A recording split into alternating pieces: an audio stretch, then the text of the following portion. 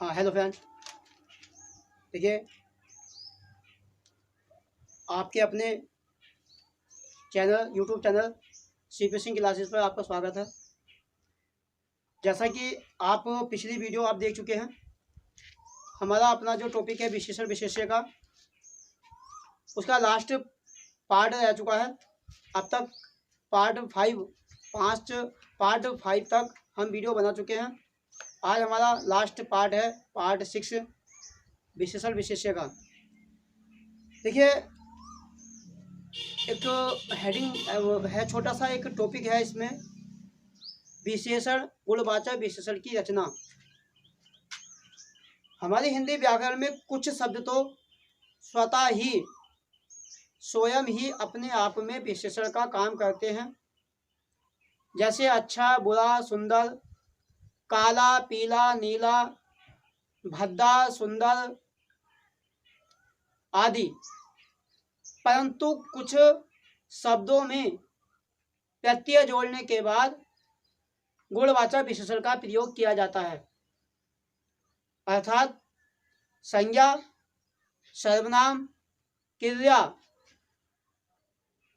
इन शब्दों के अंत में प्रत्यय जोड़ने के बाद गुणवाचक विशेषण का प्रयोग किया जाता है। तो सबसे पहले बात करते हैं संज्ञा। संज्ञा से हमें बनाना है गुणवाचक विशेषण। तो देखिए संज्ञा जैसे आपका हो गया प्यास, एक तरफ मैंने लिख दिया संज्ञा, दूसरे कॉलम में है गुणवाचक विशेषण। तो प्यास एक संज्ञा है भाववाचक, प्यास से बन जाता है इसका। देखिए थोड़ा सा ध्यान देना है आपको कि यह गुणवाचक विशेषण जो होता है वो आपको समझना है। देखिए यहाँ प्यास, प्यास से संबंधित जो व्यक्ति आएगा, प्यास से संबंधित जो व्यक्ति बनेगा वो आपका गुणवाचक विशेषण का काम करेगा। जैसे प्यास, प्यास से बन जाता है, प्यास से संबंधित व्यक्ति को कहेंगे हम प्यासा। ऐसी आपका दया, दया से संबंधित आपका बन जाता है व्यक्ति दयालु। ऐसी कृपा, कृपा से संबंधित व्यक्ति बन के आता है कृपालु। तो ध्यान रखना, दयालु, कृपालु, प्यासा, ये आपके गुणवाचक विशेषण का काम करेंगे। ऐसी साहित्य, साहित्य भी एक भाववाचक संज्ञा का काम करता है, लेकिन साहित्य से संबंधित व्यक्ति कहलाता है साहित्यिक। ऐसी आपका राजनीति, राजनीति एक संज्ञा है, राजनीति से संबंधित जो व्यक्ति होता है वो आपका कहलाता है राजनीतिक। ऐसी आपका जो है बंगाल, बंगाल एक संज्ञा है, बंगाल से संबंधित व्यक्ति बंगाली, पंजाब से संबंधित पंजाबी। ऐसी कुछ रिश्ते होते हैं जैसे चाचा, फूफा, मामा। अब देखिए चाचा ये आपका एक संज्ञा है, जातिवाचक संज्ञा, चाचा, मामा, फूफा। अब चाचा से संबंधित जो हमारा रिश्ता निकल के आएगा, जो संबंधित व्यक्ति निकल के आएगा, तो वो बन जाता है हमारा चचेरा। चाचा से संबंधित विशेषण चचेरा, फूफा से संबंधित फुफेरा, मामा से संबंधित मुमेरा। तो ये चचेरा, फुफेरा, ममेरा, ये जो होते हैं हमारे, ये गुणवाचक विशेषण बन के आए हैं। तो इस प्रकार से हमारे सामने कोई भी जातिवाचक कोई भी संज्ञा हो और हमें संज्ञा से संबंधित विशेषण बन के आएगा, तो आपको इसी प्रकार से बनाना है। ऐसी नेक्स्ट नंबर 2 आप बनाते हैं हम थोड़ा क्रिया से। क्रिया, कुछ क्रियाएं देते हैं, क्रिया से भी हमारे विशेषण बन जाते हैं। तो देखिए क्रिया से कैसे बन जाते हैं। क्रिया जैसे मैंने क्रिया ली सबसे पहले घूमना। देखिए घूमना, पढ़ना, लड़ना, ये आपकी कुछ क्रियाएं हैं। अब इसमें हम अगर हिसाब लगाएं तो देखिए ध्यान देंगे थोड़ा सा, पढ़ने वाला मैंने अभी जैसा बताया विशेषण बन के आता है, इससे संबंधित क्रियाओं से संबंधित जो व्यक्ति होगा वो आपका गुणवाचक विशेषण का काम करेगा। पढ़ना, पढ़ने से संबंधित व्यक्ति जो दिन रात पढ़ता है हम उसे क्या कहते हैं, ये बहुत बड़ा क्या है, पढ़ाकू, अर्थात पढ़ने से पढ़ाकू।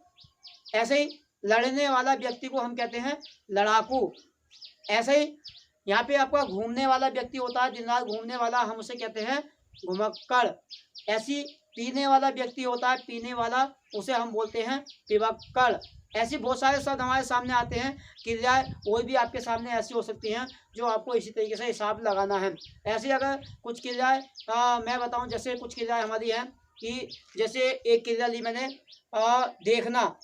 देखिए देखना या भागना, भागना है भागना, भागना, लूटना। देखिए भागने वाले व्यक्ति को तो कहते हैं भगोड़ा और लूटने वाले व्यक्ति को कहते हैं लुटेरा। तो इस प्रकार से ये लुटेरा और भगोड़ा ये हमारे क्या हैं, यही हमारे गुणवाचक विशेषण का काम करेंगे। इसी क्रम में देखिए थोड़ा सा नेक्स्ट आपको कुछ सर्वनाम से भी बन जाते हैं। देखिए सर्वनाम से हमारे जो विशेषण बनेंगे इन पर थोड़ा सा ध्यान देने वाली बात है। सर्वनाम, देखिए सर्वनाम क्या होता है। सर्वनाम जैसे मैं, हम, तुम, यह, वह, ये हमारे सर्वनाम है। अब इनसे सर्वनाम जो बन के आएगा, ध्यान रखना इस चीज को थोड़ा समझने की कोशिश करना। इनसे जो बन के आएगा सर्वनाम, तो देखिए इसमें क्या होता है। जैसे मैं हूं, अभी मैंने बताया प्यास से संबंधित व्यक्ति बना प्यासा। अब मुझे, मैं हूं, मैं एक सर्वनाम है। मुझसे संबंधित व्यक्ति, उसे हम क्या कहेंगे भाई, मैं क्या कहूंगा। अगर ये प्यास से संबंधित है तो वो प्यासा है, प्यास वाले लक्षण उसके अंदर है। प्यासा, प्यास वाले विशेषता है तो प्यासा हो गया। मेरे जैसे लक्षण है तो मैं क्या कहूंगा, यह व्यक्ति कैसा है, मुझसा। इसका मतलब है मैं में सा एक प्रत्यय जोड़ने के बाद में अगर हम सर्वनाम बनाएं, वो मतलब इसका एक शब्द बनाएं, तो वो इसका गुणवाचक विशेषण बन के आएगा। मैं का, मुझसा, तुमसे, तुमसा, ऐसी हम, हमसा, ऐसी अगर मैं ये कहूँ आप, आपसा, कौन, कौन सा, यह, इससा, वह, उससा। इस प्रकार से ये जो सर्वनाम से बना रहा हूं मैं, यही आपके गुणवाचक सर्वनाम का गुणवाचक विशेषण का काम करेंगे। तो ध्यान देंगे, ये आज का टॉपिक जो था हमारा वो गुणवाचक विशेषण की रचनाएं थी। बाकी हमने इसे गुण विशेषणों को लेके हमने काफ़ी हमने जो है एक तरीके से तैयारी कर ली है। काफ़ी हमने जो है छोटी छोटी वीडियो में पार्ट 6 बना लिया है। अब मैं थोड़ा सा इसमें बताऊँगा कि यहाँ हमें एक छोटा सा ध्यान देना है। कभी कभी विशेषण के बारे में तो बहुत कुछ पढ़ लिया, लेकिन पर्याय विशेषण इसी से संबंधित छोटा सा टॉपिक है। पर्याय विशेषण से आप क्या समझते हैं, पर्याय विशेषण का क्या काम है, पर्याय विशेषण किसकी विशेषता बताता है। तो आइए इन चीज़ों को समझते हैं। पर्याय विशेषण, पहले मैं विशेषण की थोड़ी सी विशेषण में बैक में जाता हूँ। विशेषण वे शब्द होते हैं जो संज्ञा या सर्वनाम की विशेषता बताने का काम करते हैं। वे शब्द जो संज्ञा या सर्वनाम की विशेषता बताने का काम करते हैं वो विशेषण कहलाते हैं। परंतु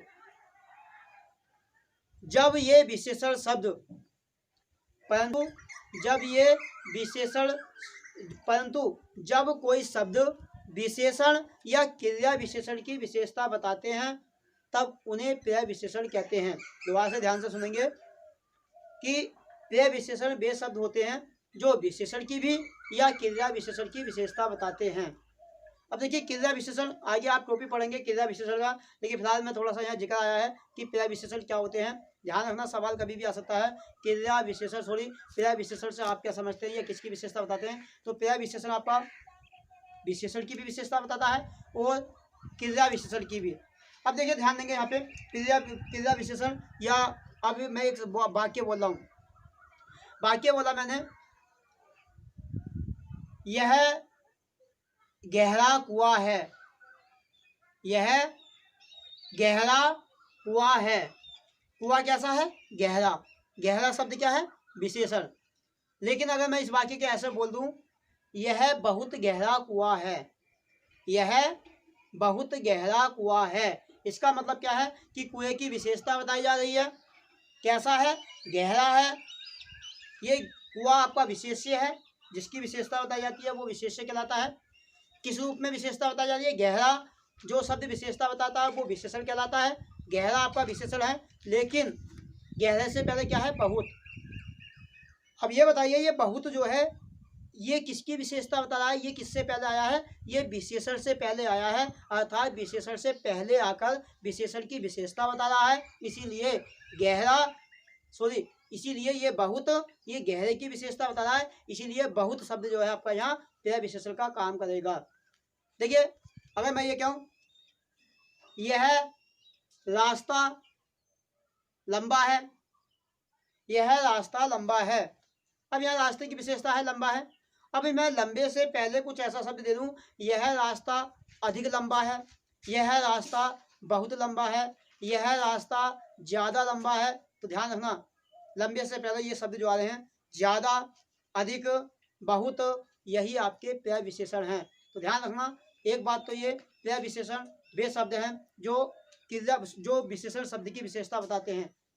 अभी तक ये वाक्य में मैं विशेषण की विशेषता बता रहे थे। अब मैं लेता हूँ, क्योंकि मैंने अभी बोला था क्रिया विशेषण विशेषण के साथ साथ क्रिया विशेषण की विशेषता भी बताने का काम करते हैं। तो अब मैं यहाँ पे दो वाक्य क्रिया विशेषण के भी लेता हूँ। अब देखिए क्रिया विशेषण, यह कुत्ता तेज दौड़ता है। अब देखिए यह कुत्ता, कुत्ता तेज दौड़ता है, दौड़ना क्या है, क्रिया है। अब क्रिया से पहले क्या आया है, तेज दौड़ना। इसका मतलब है यहाँ तेज शब्द जो है वो क्रिया की विशेषता बता रहा है, इसीलिए तेज शब्द क्रिया विशेषण है। लेकिन मुझे इस वाक्य में क्रिया विशेषण का प्रयोग करना है, तो आप ध्यान रखना, कोई जो शब्द अगर मैं यहाँ तेज शब्द की भी विशेषता बता दूं तो वो आपका क्रिया विशेषण का काम करेगा। अगर मैं ये कह दूं यह कुत्ता बहुत तेज दौड़ता है, तो बहुत शब्द यहाँ पे तेज शब्द की अर्थात क्रिया विशेषण की विशेषता बता रहा है, इसीलिए क्रिया विशेषण है। अगर मैं यही कह दूं यह कुत्ता अधिक तेज दौड़ता है, यह कुत्ता अत्यंत तेज दौड़ता है, यह कुत्ता बहुत तेज दौड़ता है, यह कुत्ता ज़्यादा तेज दौड़ता है, समझ लीजिए ये ज़्यादा, अधिक, तेज, ये ही आपके क्या हैं, ये क्रिया विशेषण का काम करते हैं, क्योंकि यही शब्द आपके क्रिया विशेषण की विशेषता बता रहे हैं। तो दोस्तों इस प्रकार से आपका आज का टॉपिक हमारा विशेषण विशेष्य का टॉपिक हमारा कंप्लीट हो जाता है। आगे नेक्स्ट टॉपिक जो रहेगा हमारा वो समास का टॉपिक, हम समास पढ़ेंगे।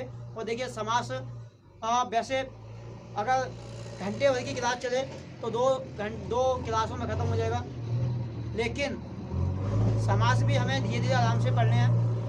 एक बात जरूर कहूँगा, आपको चाहूँ तो मैं लंबी वीडियो बना सकता हूँ, लेकिन मुझे नहीं लगता कि आप लोग जो है लंबी वीडियो को देख पाएंगे, क्योंकि अभी आपकी फितरत में, अभी आपकी हैबिट में पढ़ाई नहीं आ पा रही है। कहीं ना कहीं आप लोग जो है अभी थोड़ा थोड़ा आप पढ़ते रहें, किताबों के टच में रहें, अपने टॉपिक अपने सब्जेक्ट के टच में रहें। इसीलिए ये आपको इतनी कम छोटे भागों में वीडियो दी जा रही है आपको, ताकि आप अपनी वीडियो को देख सकें रोज डेली।